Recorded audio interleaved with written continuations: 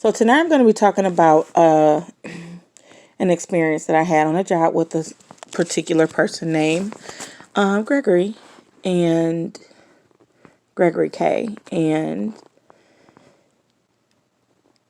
how it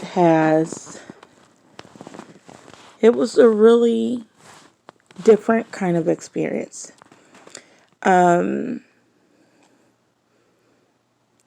When I first came to Ohio, I was in a position where life was kind of tough because I had just moved from Michigan, and I was down. Like I had been in a place where I was down and I was trying so hard to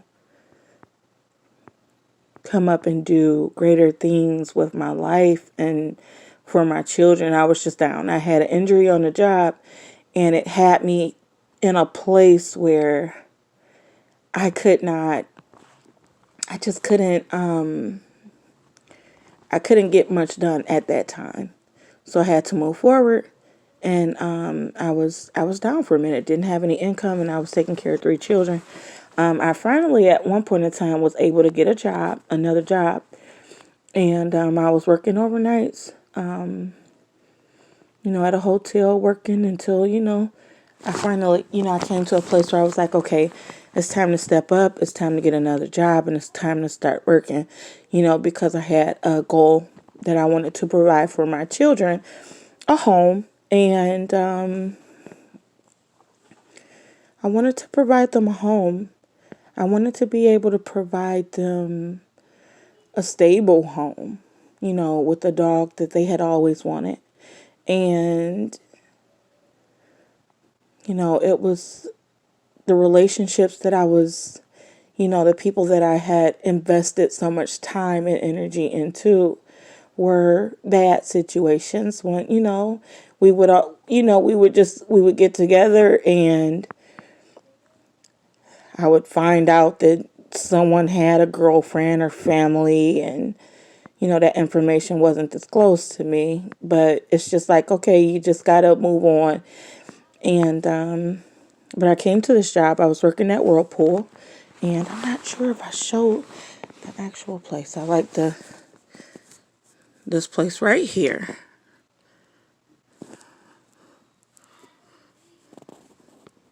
It's in Clyde, Ohio. Come on here. There we go. It's in Clyde, Ohio. And the phone number is 419.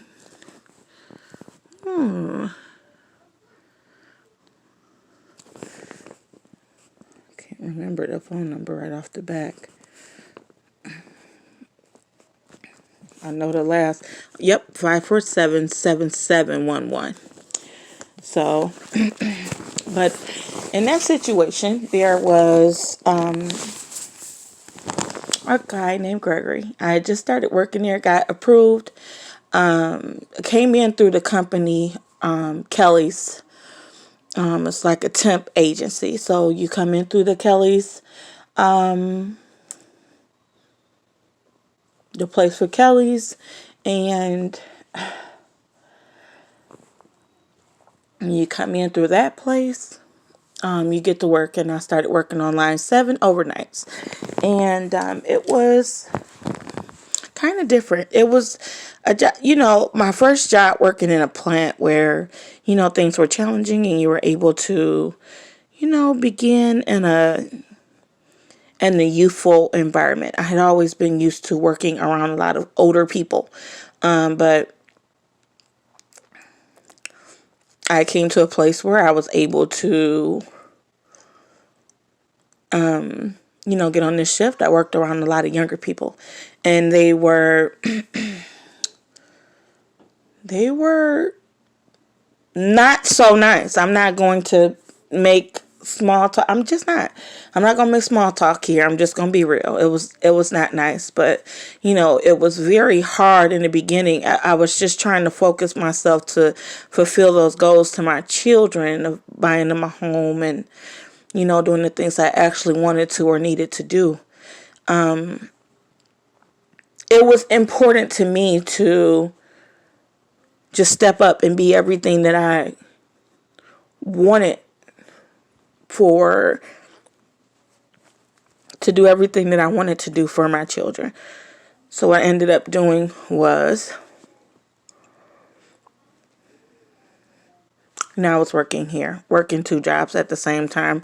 And, it was a lot of craziness going on. And I didn't necessarily notice Greg that much when I first started working there. But when I finally got in the door and I started working, like when life, slowed down a little bit for me and got a little bit comfortable, where I was able to start taking care of myself, where I was starting to notice that, hey, you're a woman, you're able to, revive yourself in a way. Because I, just being a single mother for so long, I just never really honestly had the opportunity or the conscious to. You just get so caught up in running around and taking care of children, you lose sight of the idea of being a woman. You just have to be a mother all the time. So I'm getting into a place where I'm doing that stuff, and then I start noticing people around me. And I noticed him. And I noticed that, at first he reminded me a lot of my son's father, Timothy Deegan. And the more I would see him, the more he would remind me of my son's father. And I don't have any kind of relationship with my son's father now. But, the relationship we had was that we were friends, and I truly cared about him. And he had a family, a situation. I was in a place where I had been rejected by black men. So it was like stepping out and doing something different and trying to find new people. So it was like I met him and he was a great person. And later on found out that, I was pregnant. And number 2 is that he had a living girlfriend and children. And that kind of hurt me a little bit. Like, I didn't know, why he was even at that place, where we were hanging out or whatever. And it was like, whatever. But, after a while, we lost contact for a really long time. And after we had lost contact for a long time, I had to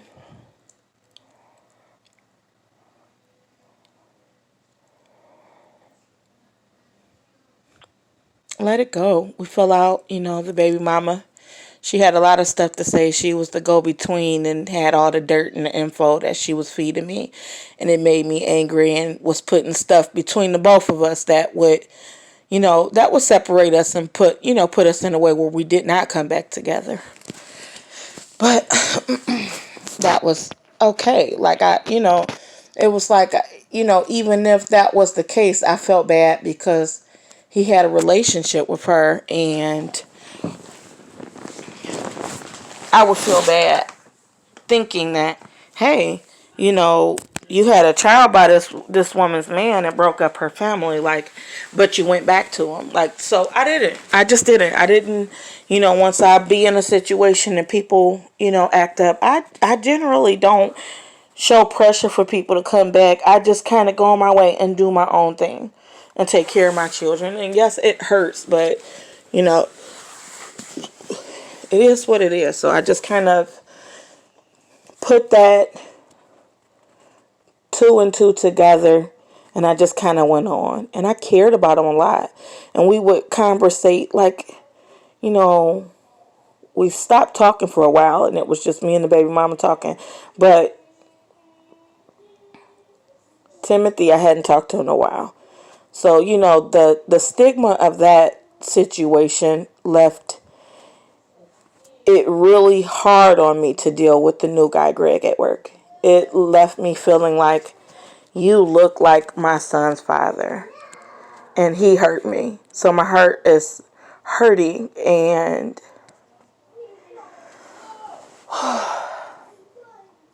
my heart is hurting. And I have to look at you every day. But I felt bad because in no way was he, that I feel in my own way, I felt like he wasn't horrible to me. I felt like he was kind. I was going through a lot of stuff at that time.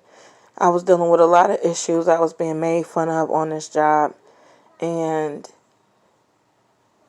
I felt like, sometimes I felt like he didn't want to get his hands dirty in it. So he didn't want to say anything or even acknowledge that that situation was there. Now, he may not have known it was there, but I noticed that it was there. And I know that he was there. And I know that there was other people there that was making fun of me and dealing with me crazy the same way that he was dealing, that, I was experiencing it. So it was like, I know you have to know, but, so it was just like a lot of feelings. But I had never, honestly, whenever I needed help, I didn't ask for help much. And I didn't necessarily feel like I could talk to him about it at that time. So I just felt really conflicted. I felt conflicted a lot. And the more I would see him, the more it was like, it's so funny because the one situation that hurt me makes me see him more. And I see him in a good light. And it makes me feel like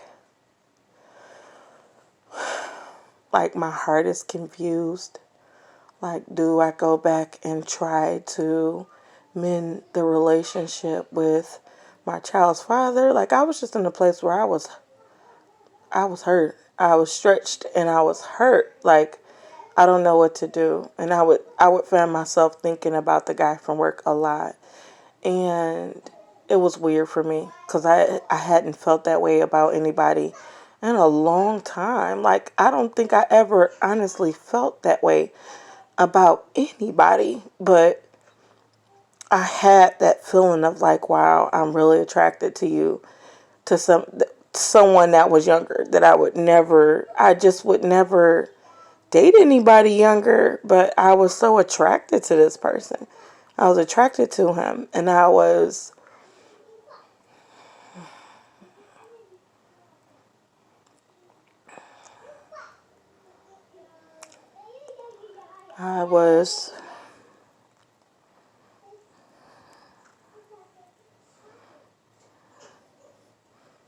trying so hard to fight that through all the other stuff that was going on.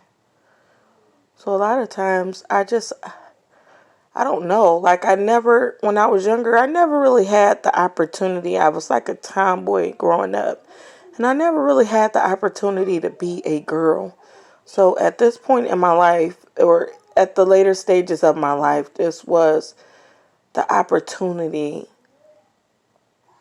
to actually be a girl. To actually be the girl that I just never got to be.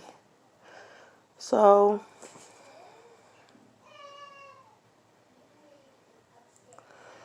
I just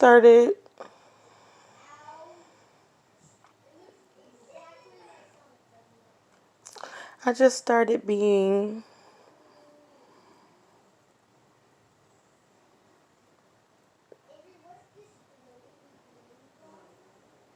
quiet and distant. I couldn't find myself looking at him a lot unless I needed help with something. And then I would go, but I couldn't be in his face. And I would notice, of course, you would notice with the girls, a lot of the females that worked there, they would fawn over this person. And I was the one that was trying not to, like, or at least show it, because I just had so many feelings and emotions inside of me about this situation. It was kind of weird to me. And I would get on the phone and I would tell my friend, I don't get this. I really don't. I don't know this person. I don't know him. I don't talk to him like that. And I care about him. Like, I am attracted to him and I care about him so much. And I would catch little conversations, things like, people having conversations and stuff. But I would, people would be saying stuff. I would catch, one, the girl B, and a couple other people from work would just make, they would be looking at me and they would be talking about Greg. Don't you like Greg? Greg, blah, blah. And I said, I don't know. I would tell him, I don't know. He remind me a lot of my child's father. So that's kind of weird to see somebody that just looks exactly like my child's father here. And you got all this baggage with that situation. So, they would talk about his tattoos. They would talk about a lot of stuff. They would be just talking about him. And, at one point in time, I would think about him. I would find myself feeling like I was daydreaming about this person. And like I couldn't control it. I couldn't control the daydreaming. And it was like, come to. Like, you got to wake up and you got to come to. And it was embarrassing at the least, because it's like you are an older black woman with 3 children and everybody else have disowned you.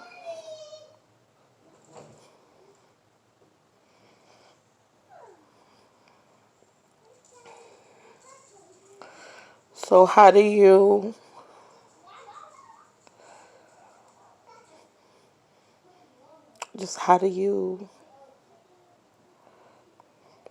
bring yourself to have hope that somebody is going to look at you in a way that you are worth loving in that way?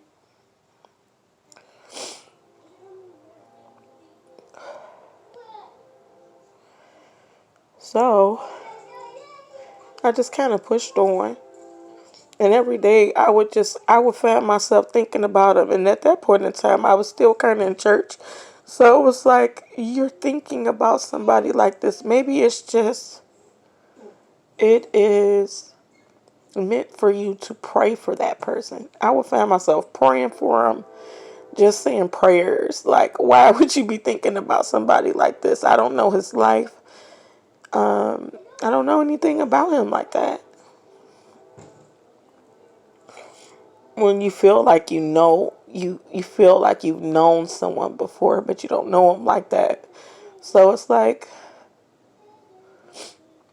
I've always been in a place that I've just been a quiet and just minded my business. So I didn't get it. But, I would see that. I'm not going to tell you that I didn't think in one way that he was a handsome person. He was. And that, I would just find myself thinking about him a lot.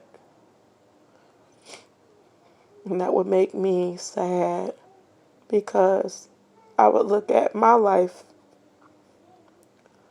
I would look at my life and see the things that I was doing in my life. And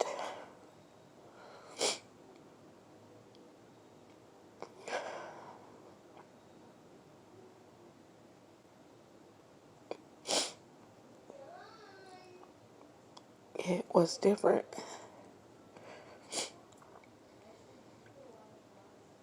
So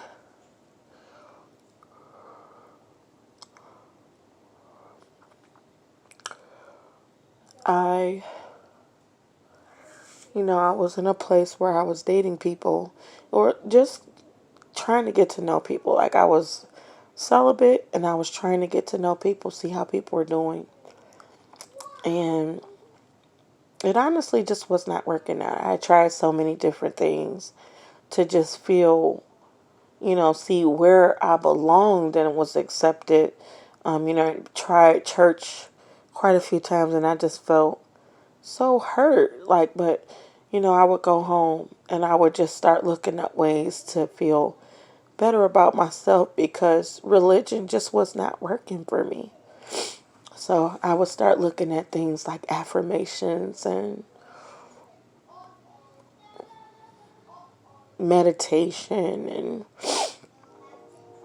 just ways to boost my self confidence, to boost my, you know, faith in myself and my situation. So, I would notice I would go home and I would just listen to meditation music, and that kind of pushed me over into like the whole, you know, looking more so into my family's heritage. And, I have family that come from so many different backgrounds. And with that, there was there was a situation with with my son not being accepted because he was white, and that was very discouraging. Knowing that my father, had a white father that did not take care of him, and that was discouraging. And me feeling like I was disowned by God leaves me feeling discouraged. And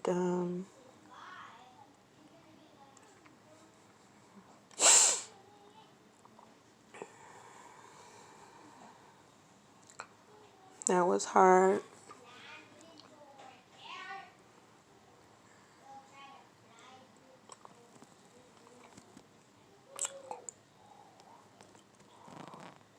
I told my son, my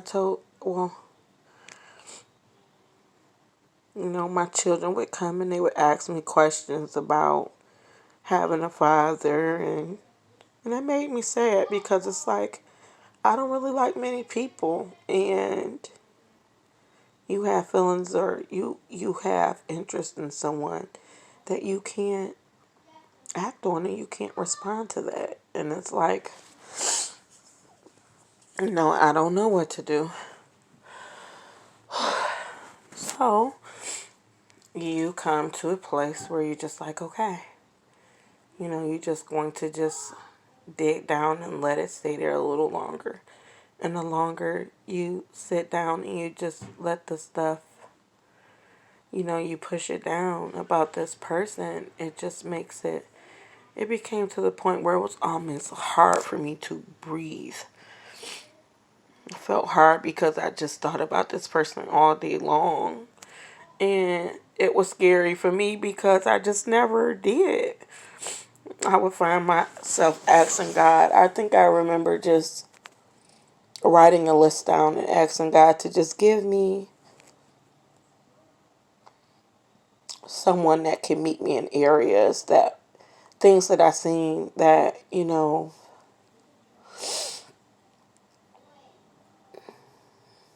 things that I seen that was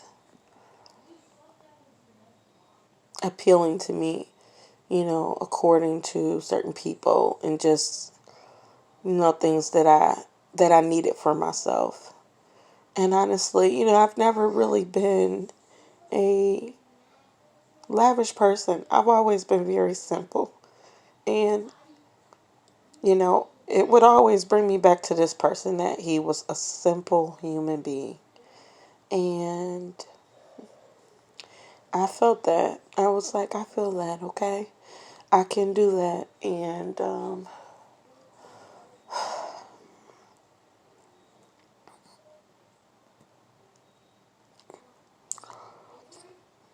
but I couldn't. And then I ended up, the girls, they would talk about his tattoos and look at this and look at that. Yeah, I know you like tattoos and so I'd be like, oh my God. Like, you try not to look at people and you try not to be so obvious. It would be so many things that was going on and it would just be like, things are getting so obvious. So,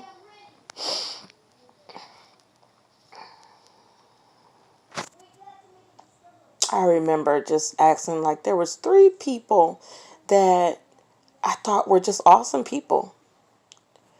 And I was just, not necessarily awesome, but just had good cop qualities, things that I liked about those people. And I was just asking God.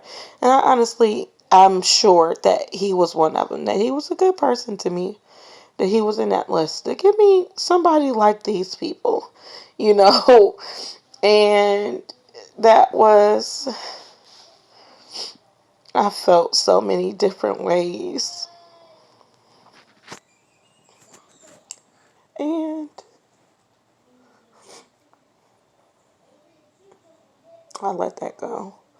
And it was just like, okay, well, you find out that someone has a girlfriend and you just like, oh, okay, well, I just came out of a situation where this man had a girlfriend and 2 kids, and one child was born a month before my son was. So it was like my mind immediately went into a mode of no. It immediately went into a mode of no. No, you cannot. No. No, no, no. And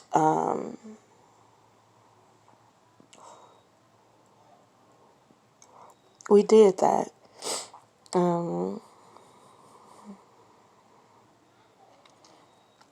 I began to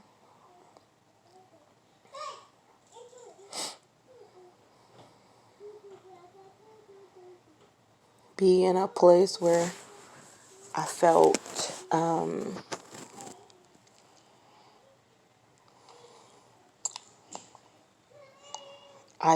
very overwhelmed. Going through the situation, it's like, even like, the more I started having feelings about this, the more I started experiencing more and more bullying on the job. And it was like, I felt like I was in distress, and I was talking and talking about it, telling the different people, and they was laughing and making fun. And I left it there. And we left it at that. I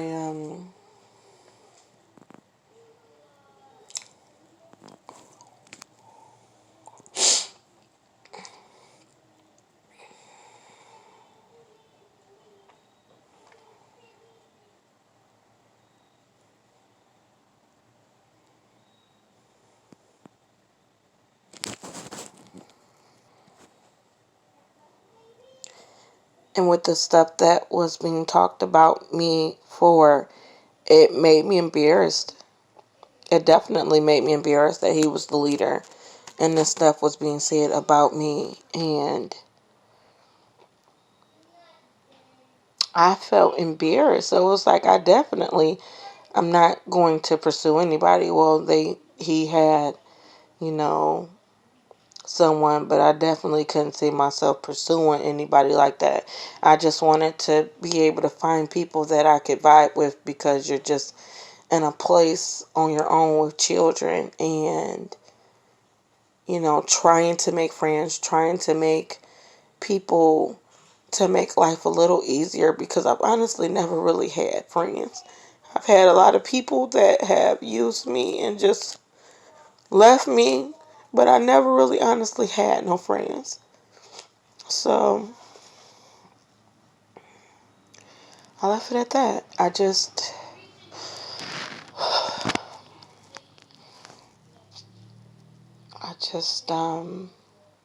shut it down. And then I ended up you know, things kind of moved very quickly.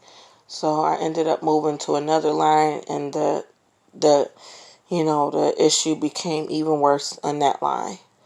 And I ended up, to the point where my doctor ended up removing me off of work. And I had an issue with PTSD, and they were removed me from off of work. And I was off of work, and I wasn't able to make money. I was surviving off of my I was surviving off of, my income tax return checks with my children, so that I could just kind of pull myself together in order to go back to work. And so we do that, go back to work, and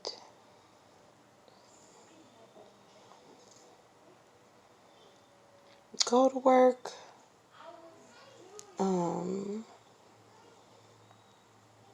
Wow, I'm just seeing some stuff right now. But and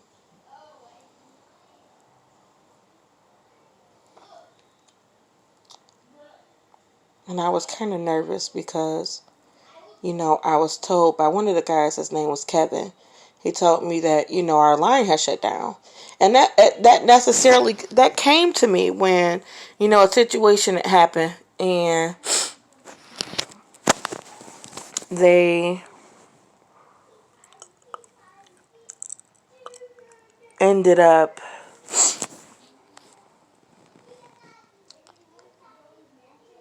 moving me, and telling me that, I was nervous because I knew that I didn't want to have to go back to 7. And I was like, I don't know where else I honestly really want to go, because I know that everybody knows everyone there in that plant. And I didn't want to go to where he was at, because I didn't want to feel embarrassed. I didn't want to be a burden on him with my situation. So I was just trying to pray, like, to stay away from where he was, which was on line 3. And they came and they was telling me, like, okay, you can come back to work, and the doctor cleared you to come back to work. And I'm like, well, I was told that my line shut down, so where would I be going? And then they told me, you gotta go to line 3. And I was so pissed off. Like, I was nervous, I was pissed off, I felt sick all over again, because I'm like, this is going to start, and he's going to be there, and it's going to be humiliating for me all over again. Like, I didn't want to feel humiliated in front of him.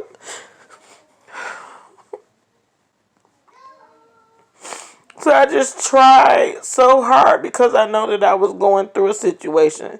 I was trying so hard to change my eating habits and things. I would find myself literally starving myself and doing different things so that I didn't have to be an embarrassment to this man. Like, I didn't have to be over there answering no questions.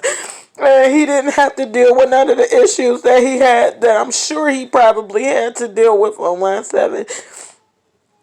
I just didn't want to be no burden. I didn't want to feel humiliated, and I didn't want to feel like he knew the stuff that was going on and he had to, like, deal with it and didn't want to. Like, I just felt humiliated, and I didn't want to be a burden for him. So a lot of stuff that was happening over there started happening with my medical condition, because I was so stressed out, and the doctors just kept giving me all these medications that just was not working for me, and that was making my situation worse. So I just would go. Sometimes I would just be trying to take these medications, and I just couldn't. And I would tell the doctors, like, this stuff is making my condition even worse. I would be there going days without eating and just trying to find so many different ways that I didn't have to be an embarrassment. Literally drinking water and tea and leaves, and restraining from eating certain foods so that my condition wouldn't flare up and act up. And it got bad. It got bad. I had people that was working there that didn't want to train with me, and it was like, okay, I see that, but what can you do? Just take it. Just take it. Just take it. And you dealing with it, and you looking at people making fun of you, and you're taking it.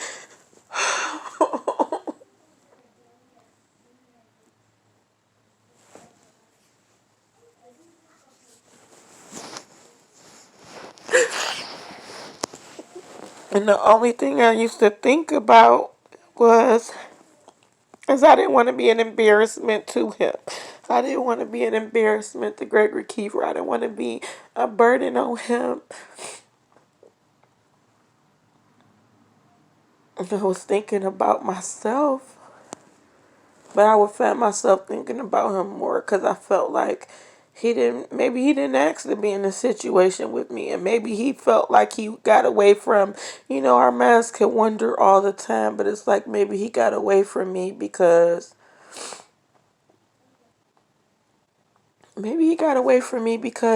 he didn't want to be bothered with me and my situation.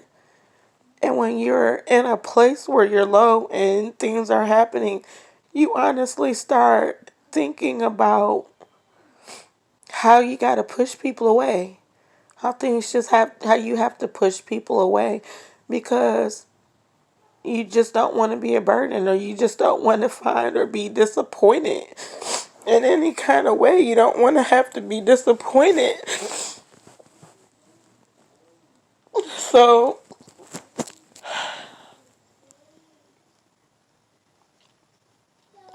I just tried to deal with it as much as I could.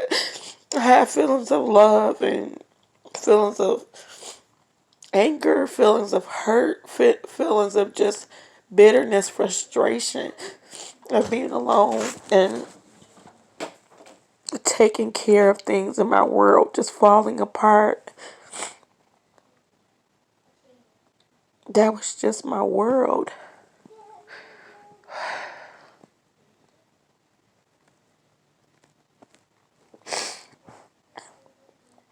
So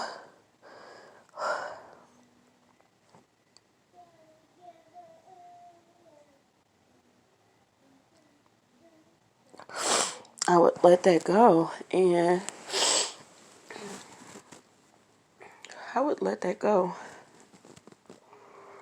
I would try so hard to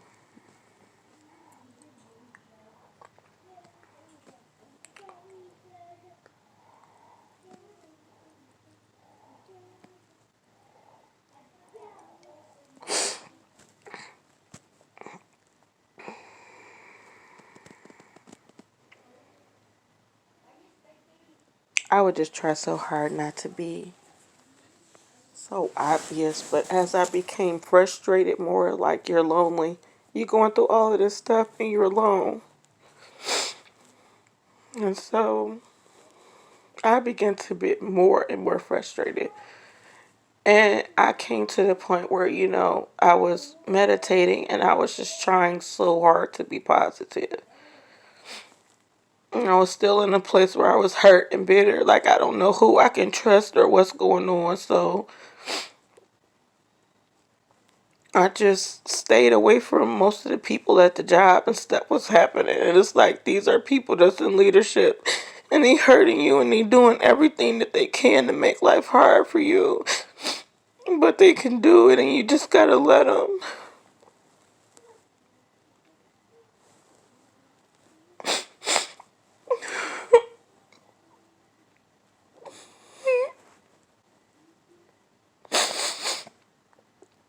So I just came to a point where I didn't even care anymore.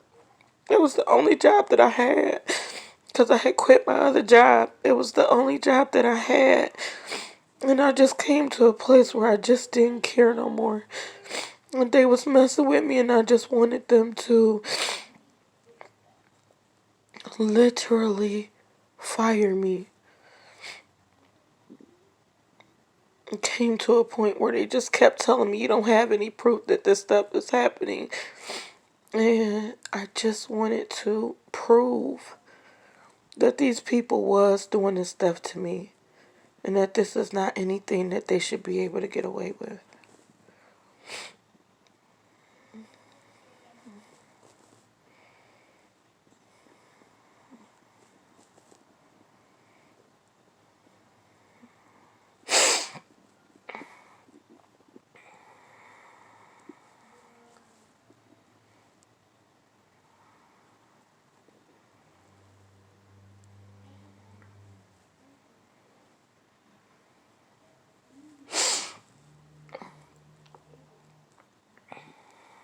I